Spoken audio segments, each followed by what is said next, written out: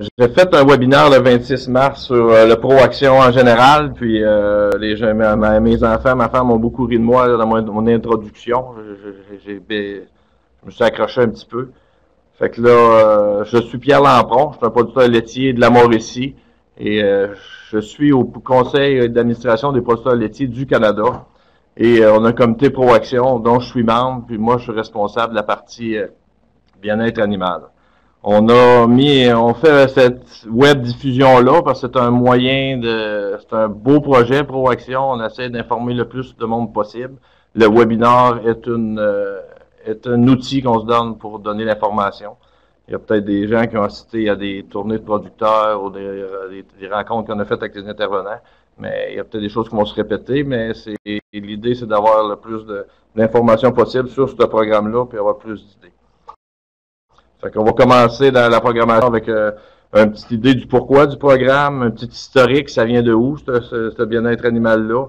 Avoir ça un peu plus concret dans le programme, ce qu'il y a, un peu davantage, et à parler des remerciements. Fait que comme mon programme. Pro-Action, c'est un programme qui a été mis en place par des producteurs laitiers du Canada qui regroupe 6 éléments. C'est pas Pro-Action qui a inventé ces 6 éléments-là. C'est 6 éléments qui étaient dans l'air, qui s'en venaient. Fait qu'on a dit pourquoi pas mettre Pro-Action pour pas avoir plein de visites à la ferme, minimiser les énergies, les efforts pour avoir ces certifications-là. Donc, on a mis Pro-Action qui a tous ces programmes-là. On peut y aller un petit peu. Il y a qualité du lait qui est très grosso modo, c'est les cellules somatiques à 400 000, mais tous les efforts qui se font sur chaque ferme pour améliorer la qualité du lait, mais on veut le promouvoir. On a la salubrité des aliments, qui est le programme LCQ, qui est un programme qui est déjà pas mal en place près de 100% des fermes au Québec et près au-dessus de 90% des fermes au Canada, chose qui est pratiquement tout terminé.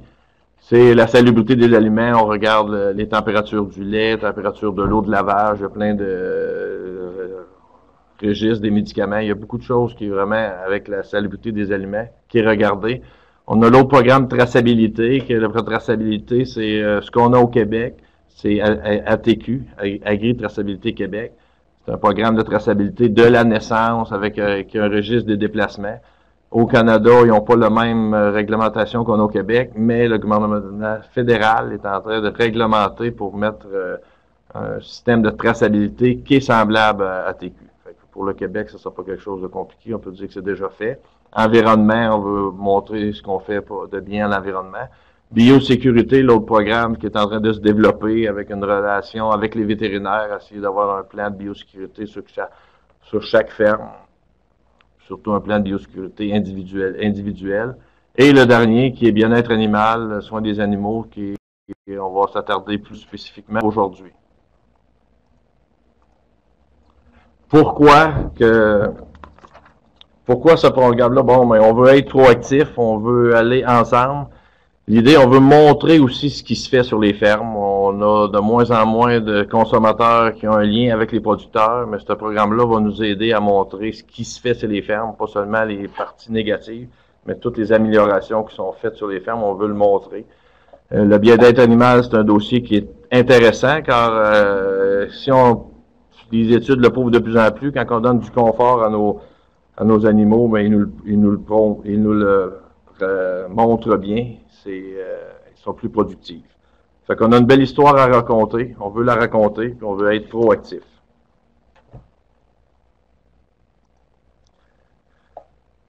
L'engagement envers le bien-être animal, mais c'est une question de bon sens pour les producteurs aussi, car je pense qu'on a des valeurs communes avec les consommateurs. Les consommateurs aiment nos animaux, mais nous aussi, on aime nos animaux, on aime en prendre soin.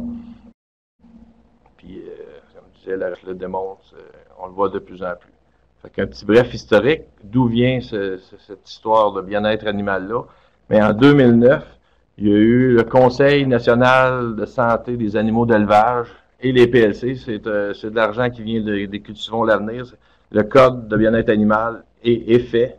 On s'est impliqué pour participer à ce développement-là en 2009. Puis en 2012-2013, le Conseil national de santé des animaux d'élevage, mais ils ont développé une manière d'évaluer le code. Le code, on va en parler un petit peu tantôt. Et après ça, un coup que les autres nous ont montré comment faire l'évaluation, aller voir comment que le programme était fait, ben les PLC, on n'a plus ce matériel-là, puis là, on est en train de faire un projet pilote, puis ça va être ça, l'évaluation du bien-être animal. Qui a participé à ce programme-là, juste pour montrer là, qui était là, vous l'avez ici devant. On a des gens de transformation, on avait un gens de Gailey qui était là. Il y avait des chercheurs, parce que tout ce guide-là est basé sur la recherche. C'est pas justement quelque chose qu'on peut aimer. Si c'est prouvé que la recherche prouve que ça fait partie du bien-être, ben, ça a été mis dans le code. On avait des gens de Valacta, on avait des gens du service alimentaire, Tim Horton. Et le dernier, ben, c'est la SPCA, Société canadienne d'assistance des animaux, qui sont toujours sur ces comités-là pour être sûr qu'on prend bien soin des animaux. Un autre un petit schéma qui explique un peu, je ne vais pas en détail non plus de ce schéma-là, mais il explique un petit peu l'évolution du Conseil national développement des animaux. Fait que moi, je l'explique souvent dans mes mots, c'est que j'ai participé pas tout le temps, mais à quelques rencontres au niveau national. C'est que, bon, il y a eu un code qui a été fait, des problèmes laitiers, on était d'un premier. Le Conseil national des soins d'animaux d'élevage, ben, ils ont eu le mandat de pas juste développer le lait, mais ils développent toutes les autres productions. Un coup que les codes sont développés, bon, les gens demandent est-ce que les producteurs connaissent le code? Oui, on l'a distribué à chaque producteur a reçu le code. Ça passe pour un bout de temps, mais à un moment donné, oui, ils ont le code, ils connaissent le code, est-ce qu'ils appliquent le code? Et c'est là qu'on est rendu, oui, mais pour le prouver, ben, quelqu'un va aller, un tierce personne va aller voir à la ferme, voir si le code est bien appliqué. Fait que c'est ça qui est le processus là qu'on est rendu, qu'on doit développer une manière d'aller évaluer, puis nous, on va mettre ça en place. C'est ça qu'on va parler tantôt. Fait que le volet soins, bien-être des animaux, concrètement, ça nous donne. C'est ça. On a la recherche. Ça fait longtemps qu'on finance la recherche pour le bien-être animal. C'est quelque chose qui nous préoccupe. Fait qu'on a demandé à des chercheurs qui ont fait de la recherche dans le bien-être animal, des spécialistes, comment on pourrait évaluer rapidement à la ferme si le code est bien appliqué.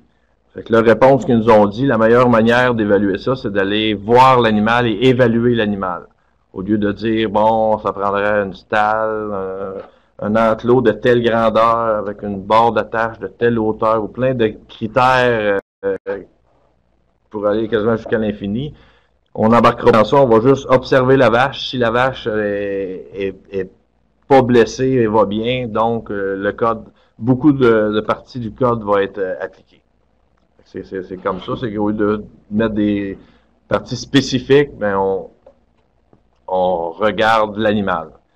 Et après ça, c'est marqué souvent, là, ces pratiques-là, il faut que ce soit, il y a la formation aussi de la famille, des employés. On peut pas dire que le code, oui, le propriétaire le connaît bien, mais c'est un employé ou c'est un enfant. Sinon, sur l'entreprise, tout le monde doit être conscient du bien-être animal. On ne peut pas se décharger de cette responsabilité-là. C'est pour ça qu'il faut former tout le monde.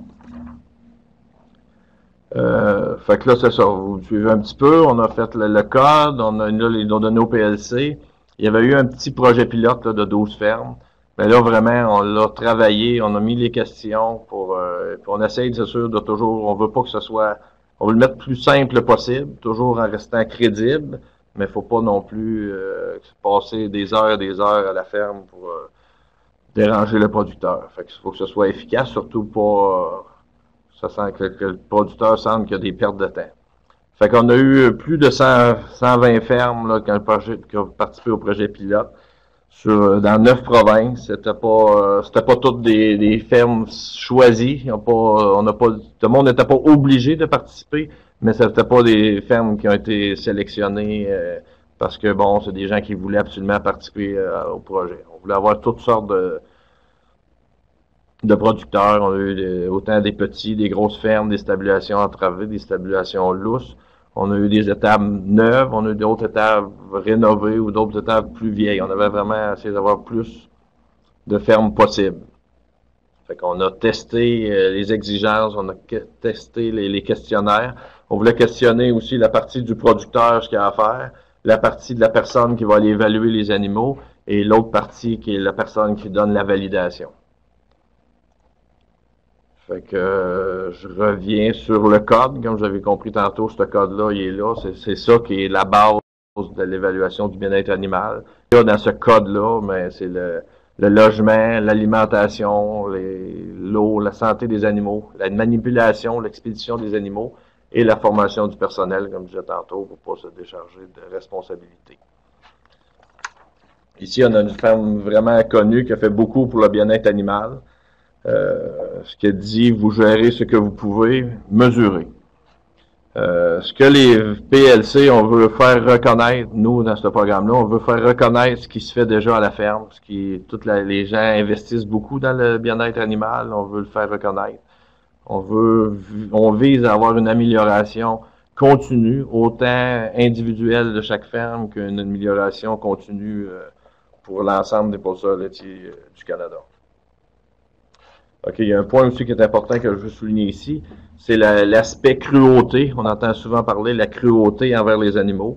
On n'aborde pas l'aspect cruauté dans le programme Proaction. La cruauté, c'est quelque chose qui est illégal, de la réglementation. Tu n'as pas le droit d'avoir de la cruauté envers tes animaux. Le programme, c'est sûr, si on voit des choses, on va pouvoir les rapporter, mais c'est pas quelque chose qui remplace les lois sur la cruauté envers les animaux. C'est vraiment sur le bien-être et l'amélioration continue. Fait qu'on a 3 types de mesures. On a des mesures qui sont l'observation, comme je disais tantôt. On va observer l'état de chair, les blessures, les boiteries. L'autre, c'est une mesure de gestion. C'est d'écrire. C'est vraiment encore des PNO, mais pour être sûr que ça va être bien mis en pratique, il faut l'écrire. On a une procédure pour l'alimentation des veaux. On a une PNO pour la pratique relative à la santé animale, pour l'expédition des bovins. Puis on a un plan de mesures correctives si on a un animal à terre, comment qu'on agit avec ça. Ça, c'est vraiment plus de l'écriture, quelque chose qu'on écrit une fois, qu'on fait connaître à nos employés et qui est pour toujours sur l'entreprise, à moins qu'il y ait des petites améliorations, des petits changements. Après ça, mesurer, c'est plus regarder l'environnement, on va un petit coup d'œil rapide sur, y a-t-il de la litière là, dans des animaux. C'est un peu sur 3 parties qu'il y a dans le programme, comment évaluer le bien-être animal. Mesures axées sur les animaux. Bon, ici, un peu comme je disais tantôt, on va prendre les mesures sur l'état de chair, les boiteries, on observe l'animal, on n'embarquera pas dans dire, la grandeur, le type d'étable idéal, c'est pas ça. On regarde si l'animal est bien, et pas de boissure, pas d'une bonne état de chair, ça va bien dans le programme. Quelque chose aussi, là, faut faire attention, souvent c'est un bulletin qui permet au producteur de se comparer avec ses pairs. C'est pas dire, cette ferme-là passe pas, il peut pas, non. Chaque ferme a des objectifs d'amélioration, mais il n'y a pas question tu passes ou tu passes pas. Quelqu'un qui va travailler pour faire l'amélioration, ça va être correct. Là. Le but, c'est ça, c'est que tout le monde s'améliore sur le bien-être animal, comme qu'on fait depuis des années. On s'améliore tout le temps, mais ça va être ça. Là, ça va être encore plus motivant, peut-être, qu'on pense, de voir, je me compare comment avec tous mes pairs en faisant cette évaluation-là. Juste un commentaire aussi, il ne faut pas oublier que dans le projet pilote, justement, il n'y a pas personne qui n'a pas réussi. Les gens ont passé avec le programme, puis tout le monde avait aussi un questionnaire des 100 producteurs. Tout le monde vise la perfection. Là. Il n'y a personne qui dit « Ah non, je ne m'occupe pas de ça ». C'est que les gens veulent améliorer le bien-être animal. Il y a des questions aussi. Les questions, c'est ça. On essaie de le raccourcir le plus rapidement possible. Mais il y avait des questions, là, dans le projet pilote, il y avait 8 questions sur le logement des animaux. Dans le fond, les veaux doivent être à mesure de se tourner, de voir les autres veaux. C'est juste tourner à 180 degrés. Il faut être capable de bouger, de voir les autres veaux. Si les veaux sont en groupe, il faut qu'ils soient capables de tous se coucher en même temps. C'est des choses quand même basiques là, qui sont pas mal faites sur les fermes, mais c'est ça qui va être à regarder. Il faut avoir assez de litière pour le garder propre et sec. Il y a une question aussi, parce que c'est dans le cadre sur la densité des animaux, en stabulation, surtout en stabulation libre, parce qu'en stabulation entravée, chaque vache a sa place, c'est sûr, mais en stabulation libre, on parle de 1,2 animal par logette maximum. Et où ça prend pour les vaches en stabilisation accumulée, mais on parle de 11 mètres carrés par vache. Pour la vache Holstein typique, c'est sûr que si on est dans d'autres races, des vaches plus petites, on n'aura pas les mêmes dimensions là, pour les vaches en litière accumulée. OK, on parle de la propreté des vaches. Dans le bien-être animal, on parle de la propreté du pis, des pattes et des flancs. Ceux qui sont dans le programme LCQ, qui est la salubrité, on parlait de la propreté du pis. C'est un peu ça aussi qu'on travaille en mettant les 6 volets ensemble. On ne voudra pas que quelqu'un passe, bon, le pis est-tu correct pour le LCQ? Après ça, on va venir pour le bien-être animal. Est-ce que le pis, les flancs et les pattes sont corrects? Puis en biosécurité, peut-être qu'il y aura d'autres choses d'observer. L'idée, ça va être ça, de ramener, avoir une observation qui va peut-être toucher une partie pour le bien-être animal, une autre partie biosécurité, puis une autre partie pour LCQ. On ne posera pas la question 3 fois, on va y aller une fois, puis ça va être dans l'intégration des programmes dans la ProAction. Fait que le PI en était un exemple. On regarde la propreté des animaux. Ensuite, il y a une question pour avoir un air de vélage propre et sec, avoir c'est ça, nerf de vélage. Il faut pas ça. On touche aux deux types de production, la stabilisation libre et la stabilisation entravée. C'est sûr qu'en nerf de vélage, on parle pour les vaches en stabilisation libre, parce qu'en stabilisation entravée, s'il y a quelque chose qui couvre le dallo avec une bonne litière, c'est accepté, c'est correct. Même chose pour les animaux blessés. Ça prend un espace pour les animaux blessés en stabilisation libre. En stabilisation entravée, mais si la vache, dans sa stable, elle est correcte, elle ne sera pas maganée par les autres vaches, mais c'est correct aussi. Fait que c'est ça que ça demande, des espaces pour ça. Les dresseurs électriques aussi, c'est une question qui est adressée. Il ne faut pas que ça dépasse 2500 watts. Puis on parle aussi de regarder quelque chose, ajuster la hauteur. Et, un exemple, là, pas plus que 5 cm au-dessus de l'échine. C'est ce qui est dans le code, on s'en va avec ça. L'autre point, santé animale, on a des PNO ici, on a des questions sur une question aussi dans ça d'euthanasie. On va commencer par en haut. Là. Il va avec si on fait l'écornage, on demande de contrôler la douleur, avoir une injection, quelque chose pour contrôler la douleur avant de faire l'écornage, avant de faire l'ablation des trayons sous-numéraires. Soins médicaux. L'euthanasie, là, c'est une question quand même assez importante dans le bien-être animal. Les gens, je pense que les gens aiment leur animal. C'est pas quelque chose qui est le fun de faire une euthanasie, mais ça fait partie du bien-être animal. Si on n'est plus capable de la soigner, si on n'est plus capable de la déplacer, il faut pas juste la laisser regarder si elle va mourir. Il y a faire une euthanasie, ça fait partie d'une PNO. Il y a une manière de le faire, il faut le faire comme il faut. On parle, la carabine est acceptée. Il y a les pistolets percusseurs aussi, là. En tout cas, il y a des manières de le faire, mais il faut que ça soit écrit dans une PNO. Si on a une vache qu'il faut euthanasier, une manière de le faire.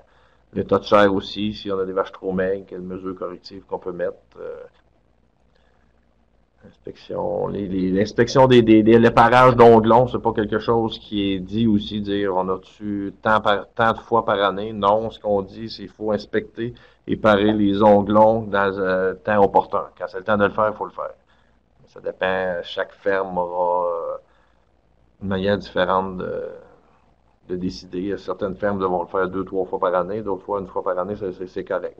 Ça va être l'évaluation de la vache qui va nous le donner. On a aussi le questionnaire, les questions sur les aiguillons électriques, les petits guns électriques. C'est permis, mais seulement quand le producteur est en danger ou que la vache va être en danger, qu'il aura besoin d'un choc là, pour se faire bouger. Sinon, on ne l'utilise pas pour rien. L'expédition des bétails, mais avant d'envoyer une vache pour le transport, il faut être sûr qu'elle n'est pas malade, il faut être sûr qu'elle n'est pas trop faible, qu'elle va être capable de faire son transport. On a aussi une PNO pour les vaches à terre. C'est une problématique. Quand la vache est à terre et capable de se lever, bon, mais faut dire c'est quoi notre plan d'action pour comment qu'on gère ça, cette problématique-là. C'est ça aussi, c'est pas des choses. On regarde ça, mais il n'y a pas de solution miracle. Là. Je vais aussi l'expliquer. Je vais prendre le temps ici de vous l'expliquer. Je vais le voir partout dans ma présentation. C'est un plan qui va être évolutif, mais un bel exemple ici, la vache à terre. On fait quoi? C'est pas évident. J'entends toutes sortes de choses. Tout le monde a des... Mais la vraie meilleure manière de faire, je pense qu'on a besoin de recherche, on a besoin de discuter entre nous, trouver des bonnes manières. Qu'est-ce qu'on fait quand la vache est à terre? Il y en a il y a le traîneau, il y a toutes sortes de manières, mais c'est pas clair, là. Une vache à terre, c'est une vache qui est quand même assez pesante. C'est quelque chose qui est pas facile à manipuler. Mais il y a sûrement une manière de qui va garantir le bien-être animal. Et comme je disais tantôt, le bien-être animal, c'est bon pour le producteur, c'est bon pour l'animal, c'est bon pour tout le monde aussi. C'est là aussi. Tantôt, je parlais, bon, la bosse, on va évaluer les blessures au cou, les blessures, bon, une vache qui a des blessures au cou. Quoi faire? Bon, plusieurs le savent déjà, mais pour d'autres. Il y a une barre en avant, puis la vache en mange, souvent elle va se frotter, elle va se blesser le cou. Bon, ça a commencé, bon, on va lever la barre, on va se faire moins mal. On lève la barre, là, la bosse, ça se déplace sur le cou, on avance la barre, fait que là, la vache, elle se cogne moins, mais là, en arrière, elle est plus sale. Fait que il n'y a rien encore de dire c'est quoi la meilleure solution. C'est quelque chose qui est évolutif. On sait qu'il faut pas que la vache soit blessée, mais quoi faire pour pas qu'elle le soit? Je pense on a besoin encore de développer, puis de continuer à faire des recherches, puis d'échanger entre nous, comme je disais tantôt, pour améliorer le bien-être de nos vaches et en même temps le producteur.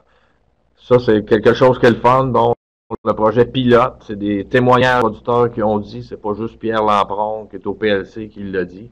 On peut y aller tranquillement, là. Ce qui a été dit, c'est une tâche de plus, mais ça fait du bien, c'est réalisable et c'est nécessaire d'être capable de prouver que nos animaux sont bien traités.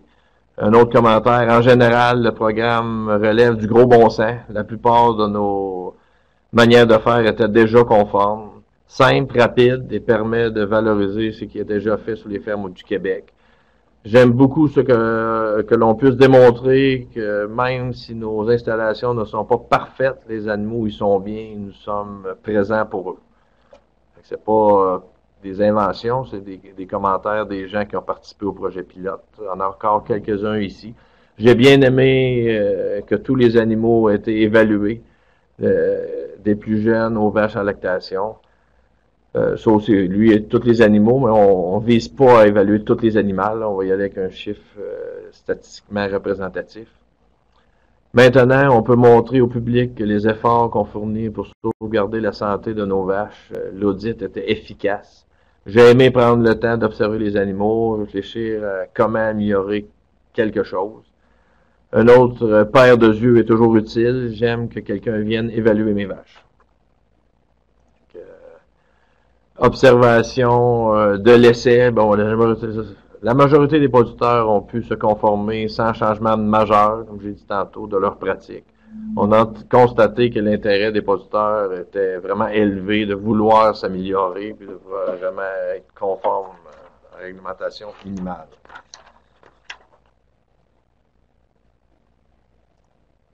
Avantage, c'est offrir un moyen de rassurer nos acheteurs. Les producteurs sont à l'avant-garde de définir ce qu'est la qualité et la durabilité de concert avec les experts de notre industrie. Souligner les réalisations des producteurs, les aider à atteindre leurs objectifs de gestion relatifs à la santé et au bien-être des animaux. On veut vraiment travailler sur des gains individuels puis un collectif. Puis ici, je pense qu'on a besoin de tout le monde. Je ne sais pas qui est comme intervenant avec nous, mais c'est pour ça qu'on diffuse de plus en plus l'information. C'est pas juste les producteurs, on a besoin de tout le monde, les vétérinaires, les nutritionnistes, tous les conseillers de toutes sortes. Je pense qu'il faut accompagner les producteurs. Les producteurs veulent s'améliorer, mais il faut trouver... C'est ça qui va être le fun. On va être capable d'avoir des pointages pour voir, bon, d'année en année, le bien-être animal s'améliore sur les fermes. C'est un peu ça aussi que les gens de l'industrie nous demandent, pas les gens de Tim Hortons, même SPCA, ils ne voulaient pas qu'on soit parfait présentement. Ce qu'ils veulent, c'est que prouvez-nous que vous travaillez pour l'amélioration du bien-être animal. Je pense que c'est ce qu'on fait déjà, puis on va pouvoir le prouver avec le programme.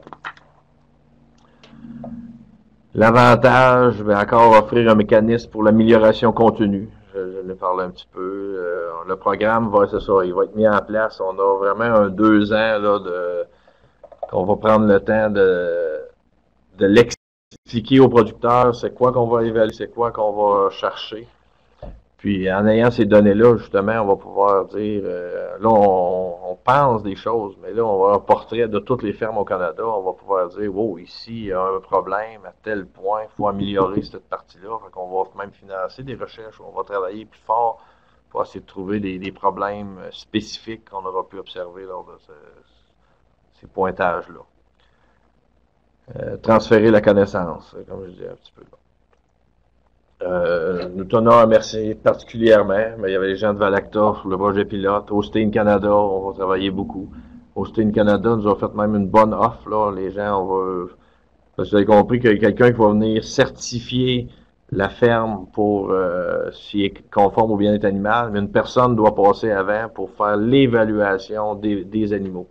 Fait que là, on est encore à regarder, ça sera-tu la même personne ou ça sera peut-être quelqu'un qui passerait avant, soit avec un vétérinaire ou les classificateurs. Ils nous ont fait une belle offre là, de ceux qui se font déjà classifier, ben, pour eux autres se faire évaluer sur leurs animaux gratuitement. Tout ça, c'est en développement. Fait qu'on les remercie beaucoup pour leur offre pour tous les producteurs. L'Association canadienne des vétérinaires, je pense que tous les gens là, qui nous aident dans cette initiative-là, on veut les remercier. Processus, qu'est-ce qui se passe après 2015? Ben, nous, on développe le programme en groupe plus restreint. En fait, le projet pilote, on a ramassé les commentaires, mais il faut quand même revenir toujours aux producteurs. Fait qu'on va revenir aux délégués des producteurs laitiers du Canada cet été. Ça prend l'approbation. Après qu'on aura l'approbation, on va de l'avant, mais ça prend l'appui des clients, ça prend l'appui de tout le monde, l'appui des producteurs. Il faut former les producteurs, il faut former les agents valideurs, il faut former les employés. Les autres personnes qui auront un rôle à jouer. Il faut mettre ça en œuvre sur toutes les fermes. Après ça, il faut faire l'évaluation, comme je vais parler un petit peu tantôt, soit par le classificateur ou par les vétérinaires ou personne d'autre. Et après ça, il faut valider toutes les fermes. Fait que faut s'assurer de pouvoir mesurer le succès. Des belles phrases, hein? Maintenant, bon, il y a des ressources là qu'on peut, c'est encore là, c'est pas quelque chose qu'on invente au PLC, c'est des choses qui se font naturellement. On a eu les cours donnés par Valacta, l'étape source de confort. On a toute la recherche qui se fait sur le confort animal, on a le signe des vaches, plein de que je fais aussi avec le programme Farm aux États-Unis. Il y a beaucoup de choses qu'on pourrait consulter pour travailler. Ma dernière diapo, avant de finir, passer à vos questions. Je pense qu'il faut bien comprendre là, que l'évaluation du bien-être animal, qu'est-ce que c'est et qu'est-ce que ce n'est pas. Mais c'est une mesure, c'est de mesurer le bien-être, le confort et le soin. Ça ne remplacera pas les lois, les réglementations et les autorités existantes.